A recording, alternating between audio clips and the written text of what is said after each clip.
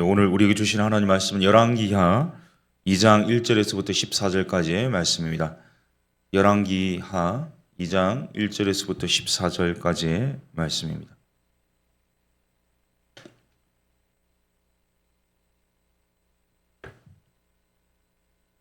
열왕기하 2장 1절부터 14절까지를 함께 교독하도록 하겠습니다.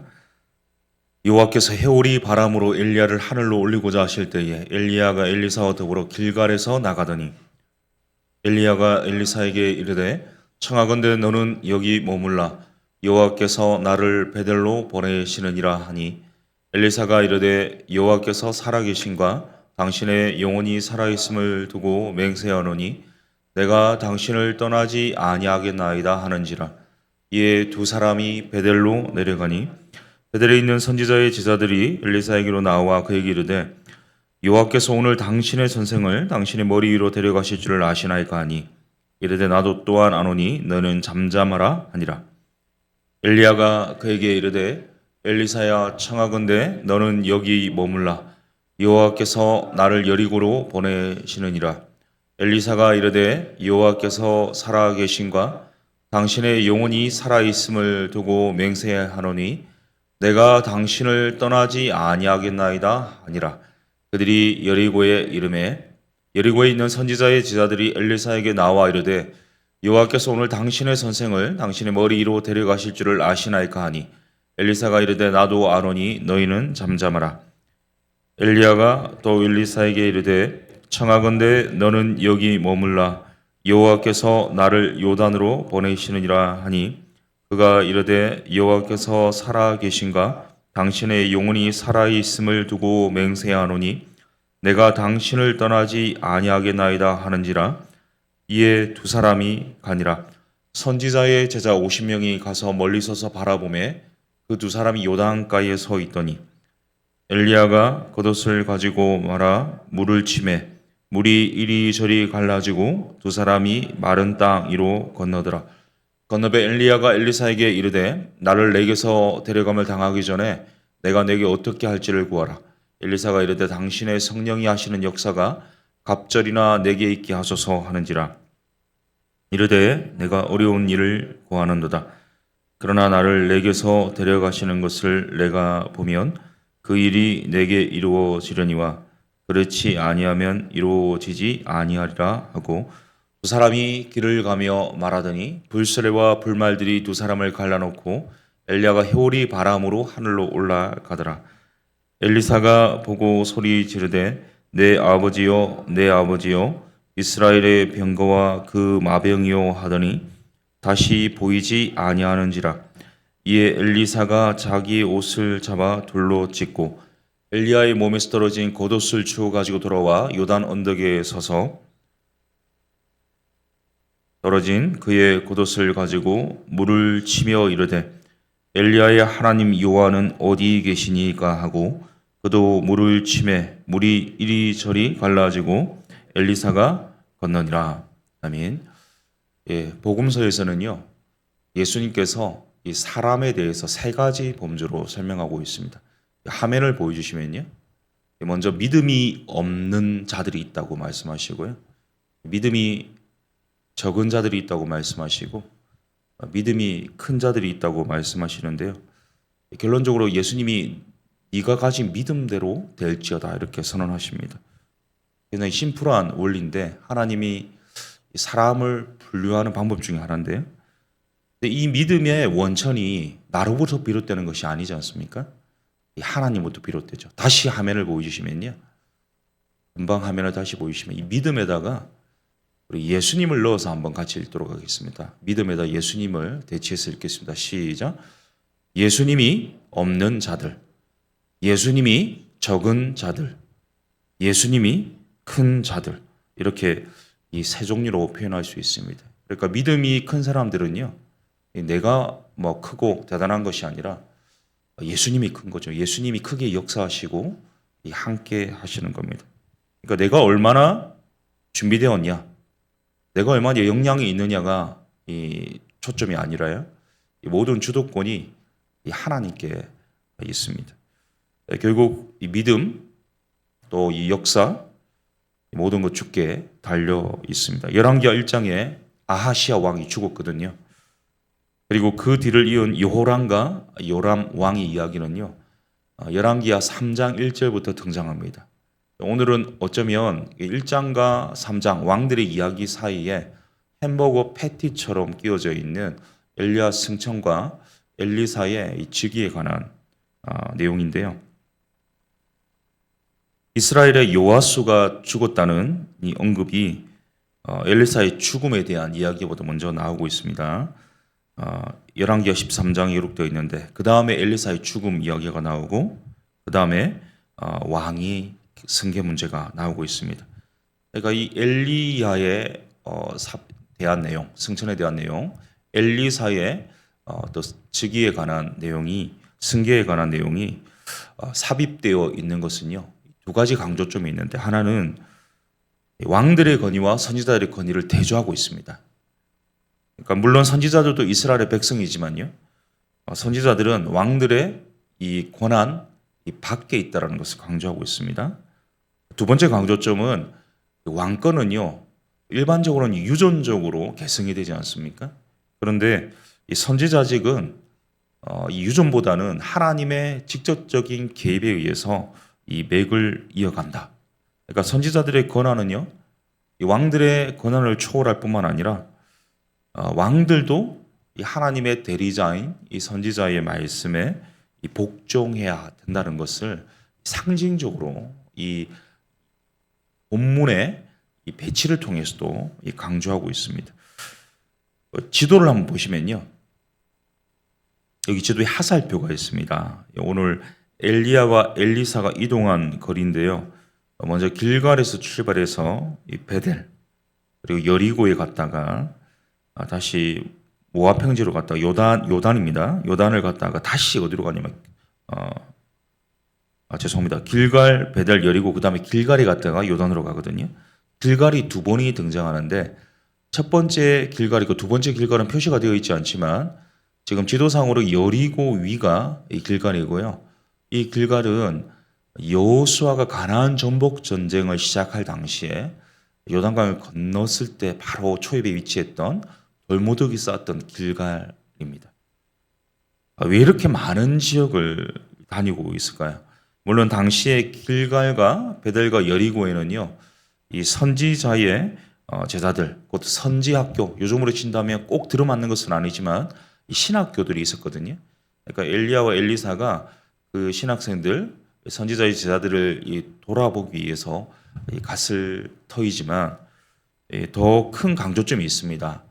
금방 보여드렸던 이 순서는요, 여호수아가 이 이스라엘 백성들을 이끌고 가나안을 정복할 때의 순서와 같습니다. 8절을 한번 같이 읽겠습니다. 8절입니다. 시작. 엘리야가 겉옷을 가지고 말아 물을 치매 물이 이리저리 갈라지고 두 사람이 마른 땅 위로 건너더라. 아멘. 엘리야가 겉옷을 취해서 돌돌 말아서요. 요단에 물을 치니까 물이 양쪽으로 갈라지는, 그래서 마른 땅을 엘리야와 엘리사가 건너는 장면이 있는데요. 이 홍해가 이 모세에 의해서 갈라졌죠. 또한 요단강이 여호수아에 의해서 갈라졌지 않습니까? 이 엘리야의 모습을 보면요, 의도적일 수도 있는데 이 모세의 모습을 연상시키고 있습니다. 이 모세의 행적을 한번 참 곰곰이 생각해 보면요, 이 홍해를 가른 일이 있죠. 하나님의 역사로. 또한 우상숭배에 빠진 백성들을 하나님께로 돌이키는 일에 앞장섰습니다. 또 소명을 받고 율법을 받은 곳이 호렙산이었습니다. 또 심지어 생을 마감할 때 어떻습니까? 모세가 120세였으나 기력이 쇠하지 않았고 또 시력이 또 나빠지지 않았다. 시력이 흐리지 않았다. 이렇게 표현하고 있는데요. 엘리야를 생각해 보십시오. 엘리야도 모세와 같습니다. 이 홍해를 가른 것처럼 요단강을 가르죠. 우상 숭배에 빠졌던 이스라엘 백성들뿐만 아니라 이스라엘 왕들을 돌이키기 위해서 애썼던 사람이고요. 또 호렙산에서 하나님께 소명을 죄하긴 받았죠. 그리고 마지막으로 죽음 가운데도 이 죽음의 신비가 있습니다. 죽지 않고 모세의 무덤을 찾을 수 없는 것처럼 이 엘리야도 죽을 때 죽었다고 표현이 되어 있지 않지만 해오리 바람으로 이 세상에 사라졌다, 이렇게 승천했다, 이렇게 표현하고 있습니다. 이후 신약의 변화산에서 한번 생각해 보십시오. 율법과 선지자의 대표로 예수님과 대화 나눴던 인물이 누굽니까? 바로 모세와 이 엘리야였습니다. 자, 이것은요, 모세가 여호수아에게 그 영적인 리더십을 계승했던 것처럼 이제 엘리야가 엘리사에게 영적인 리더십을 계승하고 있다라는 것을 이렇게 대조해서 생각할 수 있도록 비교하고 강조하면서 말씀하고 있습니다. 우리 9절 말씀을 같이 읽습니다. 9절입니다. 시작. 건너매 엘리야가 엘리사에게 이르되 나를 내게서 데려감을 당하기 전에 내가 내게 어떻게 할지를 구하라. 엘리사가 이르되 당신의 성령이 하시는 역사가 갑절이나 내게 있게 하소서 하는지라. 여기 있는 구절 중에 우리에게 오해를 많이 주는 구절이 있거든요. 특별히 성령이 하시는 역사가 갑절이나 내게 있기를 원한다라고 이 마지막으로 엘리사가 엘리야에게 소원을 말하거든요. 요걸 기준으로 해서 기도할 때 성령의 역사가 갑절이나 있게 해주십시오. 하나님의 충만함이 갑절이나 있게 하십시오. 또는 이 능력이 7배나 있게 해주십시오. 이런 기도들 많이 들어보셨을 것이고, 우리가 성경을 잘 모른다 하더라도 이런 내용들을 많이 들어보셨을 텐데요. 여기서 갑절의 영감이라는 게 2배를 말하는 것일까요? 우리 거기에 대한 답은 신명기에서 찾아볼 수 있는데, 신명기 21장 17절을 보이십시오. 한번 같이 읽겠습니다. 시작. 반드시 그 미움을 받는 자의 아들을 장자로 인정하여 자기의 소유에서 그에게는 2 몫을 줄 것이니 그는 자기의 기력의 시작이라. 장자의 권리가 그에게 있음이니라. 이 신명기서를 통해서 본다면요, 여기 2 몫이 갑절입니다. 결국 이 갑절은 성령의 충만의 2배의 의미보다 더 이전에 이 장자로서 부모께 받을 수 있는 이 장자의 이 상속의 분량을 가리키거든요. 그러니까 장자가 이 2 몫을 요구하고 받는다는 것은요, 합법적으로 가문을 이을 승계할 대상이라는 겁니다. 마찬가지로 엘리사가 영적인 리더십인 선지자의 어떤 이 역할을 직분을 합법적으로 계승한다는 차원에서 이 2 몫을 공식적으로 이렇게 원하고 있습니다. 이것은 마치 엘리사가 엘리야의 후계자로서 위임식을 행하는 것과 같은 형상입니다. 우리 열왕기사 19장 19절에 보면 느닷없이 엘리사가 이 부름을 받거든요. 엘리야가 엘리사를 만났을 때 엘리사는 12겨리소를 앞세우고 밭을 갈고 있었지 않습니까? 엘리사가 소를 갈다가 이 부름을 받았습니다. 자, 그런데 그 본문 어디에도요, 엘리사가 선지자가 되기를 소망했다는 암시도 없습니다. 엘리사가 선지자가 되려고 준비를 하고 있다는 설명도 없습니다. 엘리사가 선지자로 부름을 받을 만한 합당한 조건이 있었다라는 표현도 없습니다. 이것은 성경의 방식이죠. 하나님 방식입니다. 하나님의 일하심은요, 인간 편에 있지 않습니다. 인간의 자격, 인간의 능력, 인간의 준비, 조건에 의해서 달라지는 것이 아닙니다. 하나님은 적당한 사람, 합당한 사람, 또 준비된 사람 쓰시는 것도 아닙니다. 바꿔 표현하면, 정확하게 표현하면요, 적당한 사람, 합당한 사람, 준비된 사람이 없다라는 말입니다. 어떤 사람이 하나님께 선택되었다면요, 그것은 그 사람이 어떤 조건이 있거나 적당하거나 준비되었기보다는 하나님께서 선택하셨기 때문이고요, 하나님께서요 부르셨기 때문이라는 거죠. 사람의 됨됨이가 초점이 아니라 하나님께 주도권이 있습니다.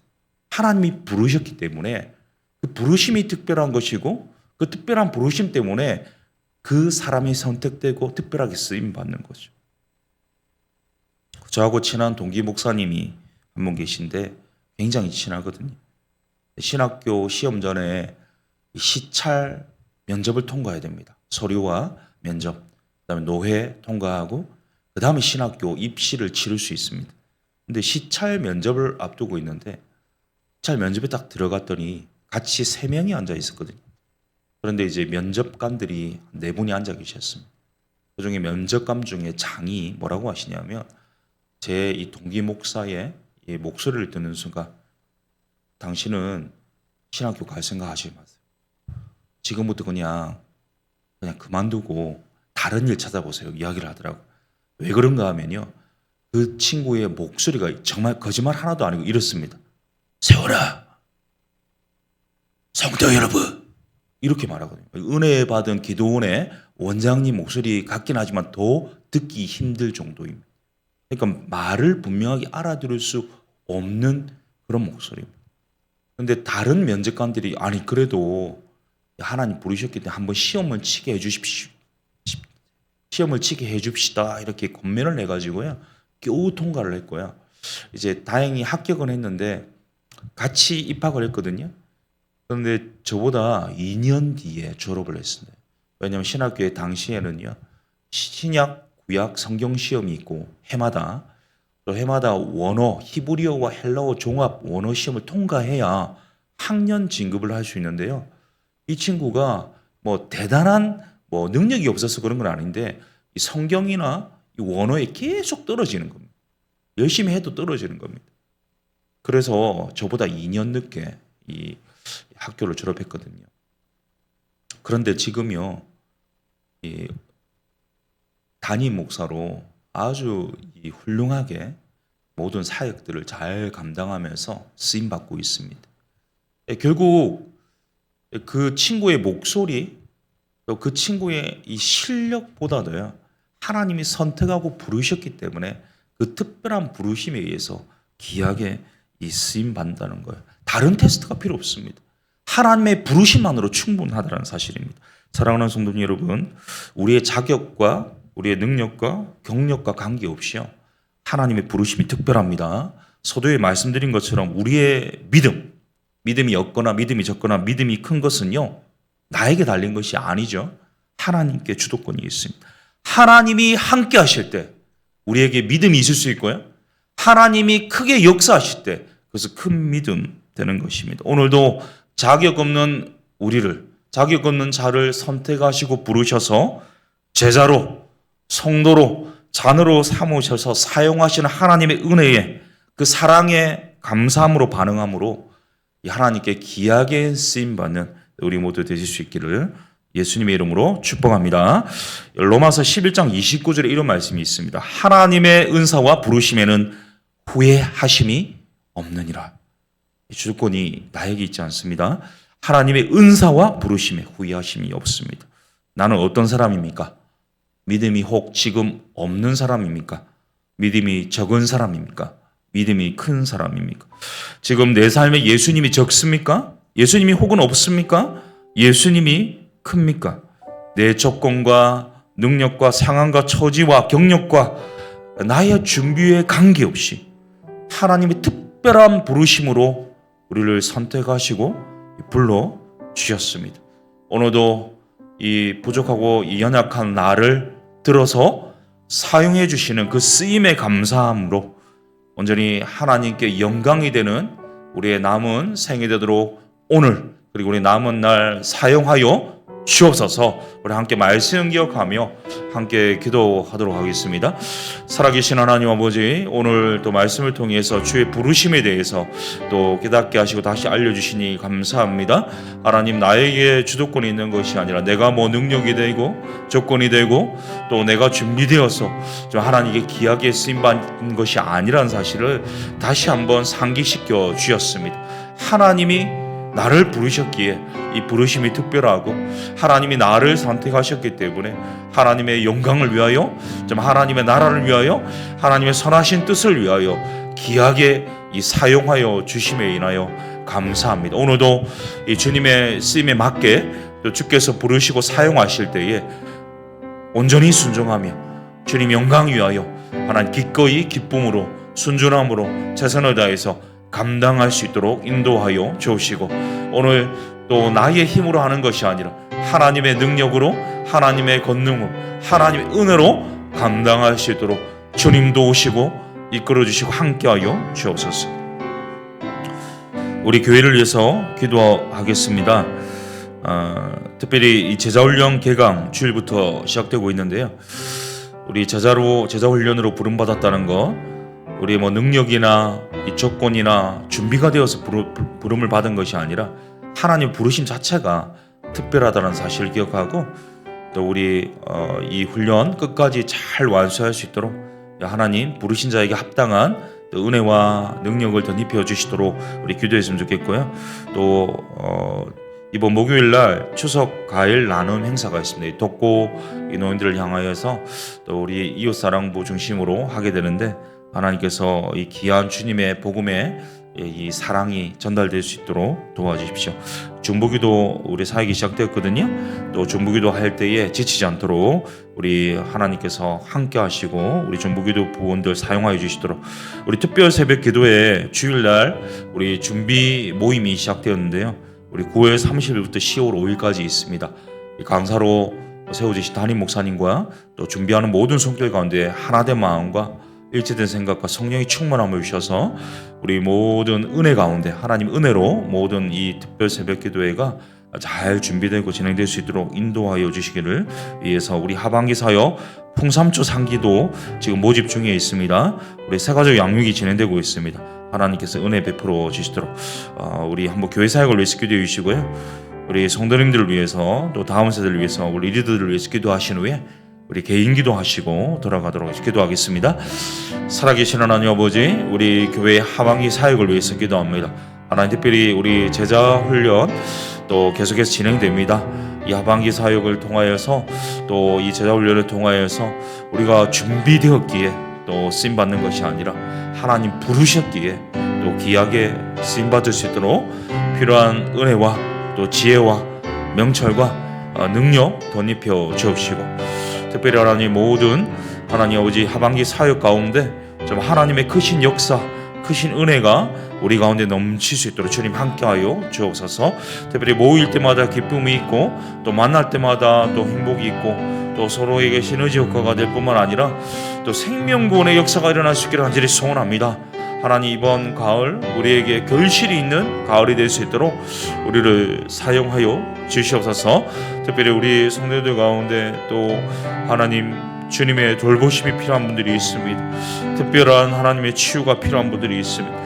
하나님 불쌍히 여겨 주옵시고 하나님 라파의 하나님께서 간섭하여 주셔서 치료하는 강선을 바라여 주시고 회복을 주시고 힘을 주시고 하는 소망을 주셔서 이 주님으로 인해서 다시 한번 또 일어설 수 있도록 주님께서 역사하시고 함께하여 주옵소서. 특별히 하나님 주님의 은혜와 사랑으로 말미암아 또 주님의 긍휼로 말미암아 하나님 우리 세워주신 우리 담임 목사님 비롯해서 모든 리더들 한 분 한 분 이 하나님의 은혜로 하나님의 긍휼로 이 부르심에 합당하게 귀하게 쓰임받을 수 있도록 주님께서 역사하여 주옵소서. 우리 수험생들 앞날을 책임져주시고 하나님 그 길을 활짝 열어주셔서 하나님 주시는 또 지혜와 명철로 가장 이 좋은 길로 하나님 인도해 주시는 은혜를 누리게 하여 주시옵소서. 이 아침에도 또 주님 앞에 엎드립니다. 간구합니다. 부르짖습니다. 이 작은 신음에도 예면하지 마시고 응답하시고 또 역사하시고 간섭하시고 일하여 주시고 함께하여 주시옵소서. 주님 의뢰합니다.